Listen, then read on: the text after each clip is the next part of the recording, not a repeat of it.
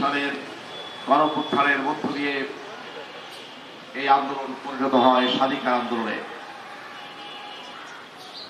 সেই ধারাবাহিকতায় 1971 সালে 30 লক্ষ শহীদের রক্তের বিনিময়ে 2 লক্ষ মা-বোনের ইজ্জতের বিনিময়ে আমরা আমাদের প্রিয় পতাকা, আমরা আমাদের প্রিয় জাতীয় সঙ্গীত, আমাদের প্রিয় রণসঙ্গীত আমরা অর্জন করি স্বাধীন সার্বভৌম বাংলাদেশ।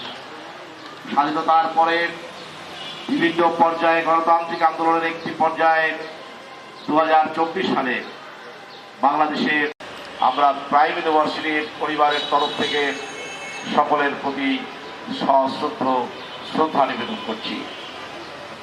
সাথে সাথে এই ধারাবাহিকতায়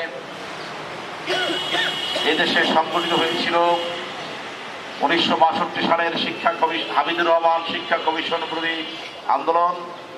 একই ধারাবাহিকতায়